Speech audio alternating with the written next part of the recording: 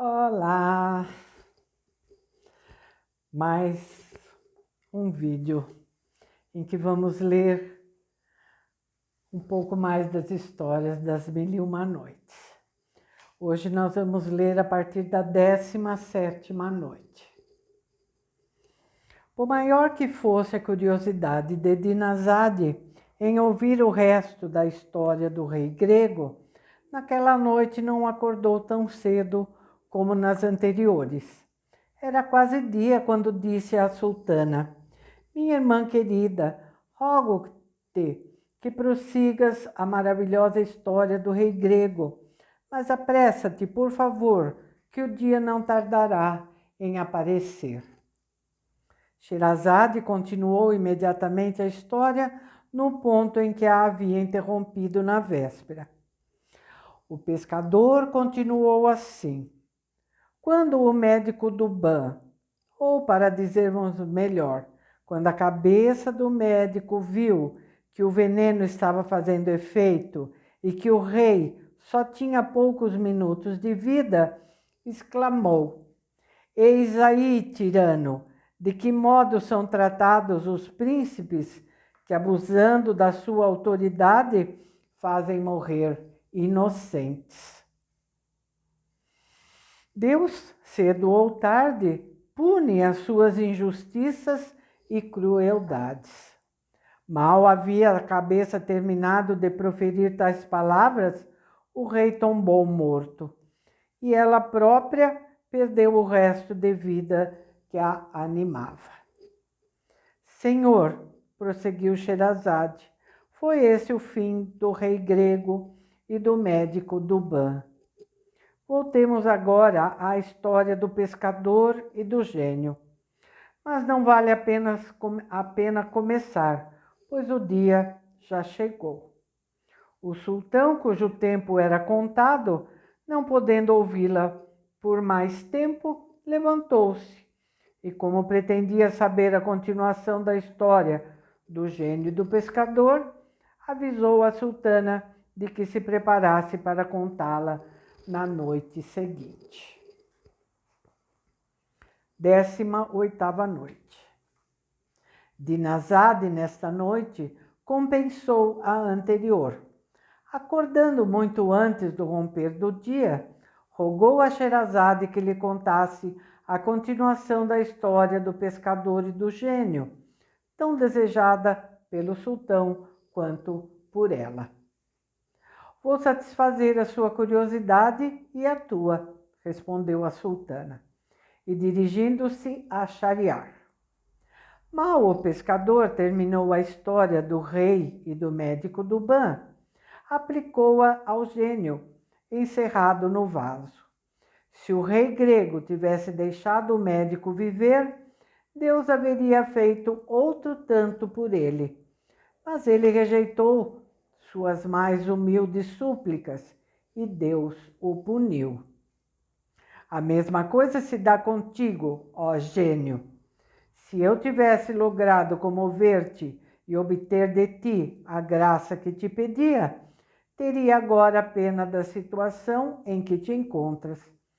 Mas como, apesar da extrema obrigação que me devias por eu te haver libertado, persististe no desejo de me matar, devo, por minha vez, ser implacável, deixando-te neste vaso e lançando-te ao mar. Tiro-te o privilégio da vida até o fim dos tempos. Eis a minha vingança. Pescador, meu amigo, respondeu o gênio, suplico-te mais uma vez não cometer tal cruel ação. Lembra-te de que não é bom vingar-se e que, pelo contrário, é louvável pagar o mal com o bem. Não me trates como Ima tratou outrora a Teca. Que fez Ima a Ateca? Perguntou o pescador. Ah, se queres sabê-lo, tira-me do vaso. Julgas-me capaz de contar histórias em tão estreita prisão? Contar-te-ei quantas quiseres, se me tirares daqui. Não, disse o pescador, não te livrarei. Já falamos demais. Vou precipitar-te ao fundo do mar. Mais uma palavra, pescador. Prometo-te não te fazer mal. Bem longe disso, ensinar-te-ei o meio de te tornares poderosamente rico. A esperança de poder livrar-se da miséria desarmou o pescador. Poderia ouvir-te se tivesse alguma confiança na tua palavra. Jura-me pelo nome de Deus que farás o que dizes e eu abrirei o vaso. Não creio que sejas capaz de violar tal juramento.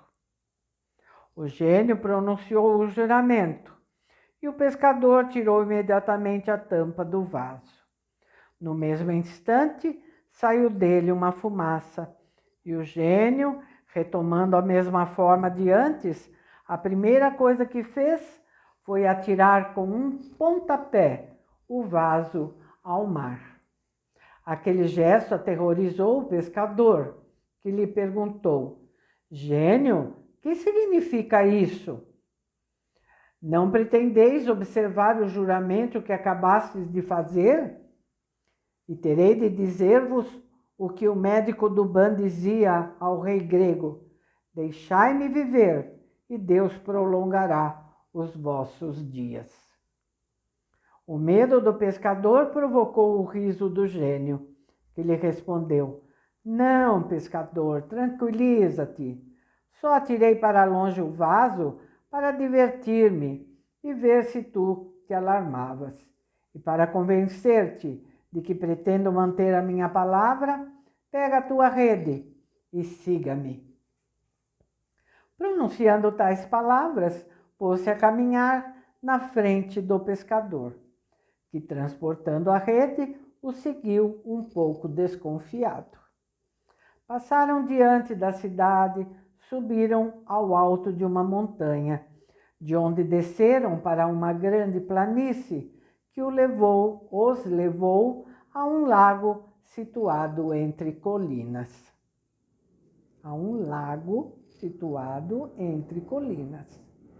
Chegados à margem do lago, disse o gênio ao pescador: lança a tua rede e apanha peixes. O pescador não duvidou que os apanharia, pois vira enorme quantidade deles no lago. Mas o que o surpreendeu fortemente foi notar que os havia de 4 cores diferentes: brancos, vermelhos, azuis e amarelos. Lançou sua rede e tirou 4, um de cada cor. Como nunca vira peixes semelhantes, não pôde deixar de admirá-los. E refletindo que com eles ganharia um bom dinheiro, sentiu-se muito alegre. Leva esses peixes, disse-lhe o gênio, ao teu sultão, e ele te dará mais dinheiro do que o que tiveste entre as mãos em toda a tua vida. Poderás vir pescar aqui todos os dias, mas advirto-te de que lances a rede uma só vez por dia. De outro modo, serás vítima da desgraça. Não te esqueças. É o meu aviso. Se o seguires fielmente, hás de ser feliz. Assim bateu o pé no chão, que se abriu e tornou depois a fechar após o engolir. O pescador, resolvido a seguir ao pé da letra os conselhos do gênio, cuidou bem de não lançar a rede pela segunda vez. Retomou o caminho para a cidade, contentíssimo com a pesca e com 1000 ideias sobre a sua aventura. Ao chegar à cidade, rumou diretamente para o palácio do sultão, a fim de lhe apresentar os peixes. Mas, senhor, disse Sherazade, já estou vendo o dia. É preciso que eu interrompa. Minha irmã, disse Dinazade, como são surpreendentes os últimos eventos que acabas de nos contar. Custa-me crer que daqui para frente possas contar-nos outros mais surpreendentes. Minha irmã querida, respondeu a sultana, se o sultão meu amo deixar que eu viva até amanhã, estou persuadida de que acharás a continuação da história do pescador mais maravilhosa ainda que o começo e incomparavelmente mais agradável. Shahryar, curioso em saber o resto da história do pescador, era o que a sultana prometia, adiou a execução da cruel lei. 19ª noite. Pelo fim da 19ª noite, Dinazade, chamando a sultana, disse-lhe: minha irmã, estou extremamente ansiosa para ouvir a continuação da história do pescador. Conta-a enquanto aguardamos o dia. Sherazade, com a permissão de Shahryar, prosseguiu. Senhor, deixo à vossa imaginação a surpresa do sultão ao ver os 4 peixes que o pescador lhe apresentava. Pegando-os um de cada vez, examinou-os atentamente e, após tê-los admirado por muito tempo, disse ao primeiro vizir: levai estes peixes à hábil cozinheira que o imperador dos gregos me enviou. Tenho certeza de que serão tão gostosos como são bonitos. O vizir levou-os pessoalmente à cozinheira e, colocando-os entre as suas mãos, disse-lhe: eis aqui 4 peixes que trouxeram ao sultão. Ele vos ordena que os aprontei o quanto antes. Fim da sua missão, voltou ao lado do amo, que o encarregou de dar ao pescador 400 peças de ouro. O pescador, que nunca tivera tão grande quantia, mal cabia em si de contente e ficou olhando o dinheiro como se estivesse sonhando. Dentro em pouco, porém, se convenceu da sua realidade, pelo bom uso que dele fez, gastando-o para as necessidades de sua família. Mas, senhor, prosseguiu Sherazade, após vos ter falado do pescador, convém que vos fale da cozinheira do sultão, que vamos encontrar imersa na perplexidade. Mal acabou de limpar os peixes que lhe haviam sido dados pelo vizir, levou-os ao fogo numa frigideira com azeite. Quando viu que estavam fritos de um lado, virou-os do outro. Mas, ó prodígio inaudito! Apenas os virou e a parede da cozinha entreabriu-se e dela saiu uma jovem de admirável beleza e porte majestoso, com um vestido de seda floreado à moda do Egito, brincos, um colar de grandes pérolas e braceletes de ouro guarnecidos de rubis. Trazia na mão uma varinha de mirta. Aproximando-se da frigideira, com grande espanto da cozinheira, imobilizada, petrificada, bateu num dos peixes com a ponta da varinha e disse: peixe, peixe, estás cumprindo o teu dever? Nada tendo respondido o peixe, ela repetiu as mesmas palavras, e então os 4 peixes levantaram todos ao mesmo tempo a cabeça e responderam-lhe: sim, sim, e vós contais, nós contamos, e vós pagais as vossas dívidas, nós pagamos as nossas. Se vós fugis, nós vencemos e ficamos contentes. Ao terminarem tais palavras, a jovem derrubou a frigideira e voltou a entrar na abertura da parede, que imediatamente se fechou, apresentando-se tal qual fora sempre. A cozinheira, assombrada com todos aqueles prodígios, conseguiu recobrar a presença de espírito e tratou de pegar os peixes que haviam caído sobre as brasas. Mas encontrou-os mais negros que carvão e impossíveis de serem servidos ao sultão. Profundamente triste, pôs-se a chorar. Ai de mim, que há de me acontecer? Quando eu contar ao sultão o que vi, estou certa que não acreditará em mim. Qual não há de ser a sua cólera? Enquanto assim se afligia, entrou o grão-vizir, que lhe perguntou se os peixes já estavam prontos. Ela contou-lhe tudo quanto lhe sucedera, e as suas palavras, como é fácil supor, o espantaram bastante. Mas, sem nada falar ao sultão, inventou um pretexto que o contentou. Entretanto, mandou chamar o pescador na mesma hora, e quando o viu chegar, disse: Pescador, arranja-me outros peixes semelhantes ao que já trouxeste uma vez, pois aconteceu uma coisa que impediu que eles fossem servidos ao sultão. O pescador não lhe disse o que o gênio lhe havia recomendado, mas, para desculpar-se por não poder apresentar naquele mesmo dia o que dele eles exigiam, alegou a distância e prometeu levá-los no dia seguinte de manhã. Efetivamente, partiu durante a noite e remou para o lago, onde lançou sua rede.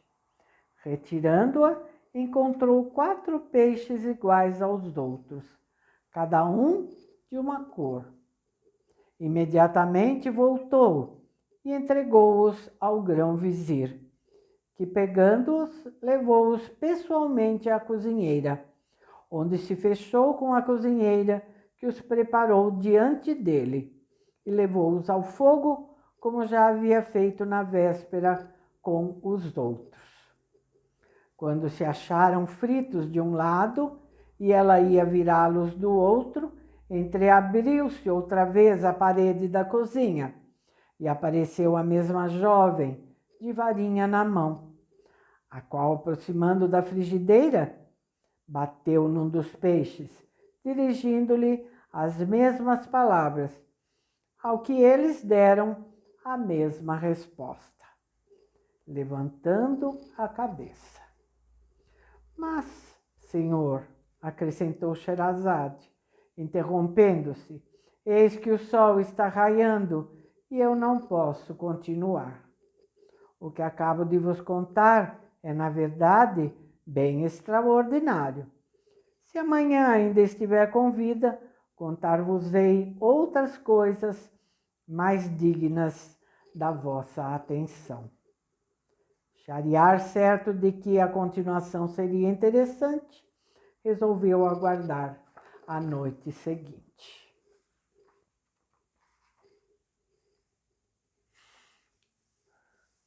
Vamos nós também aguardar a próxima noite, tá bom?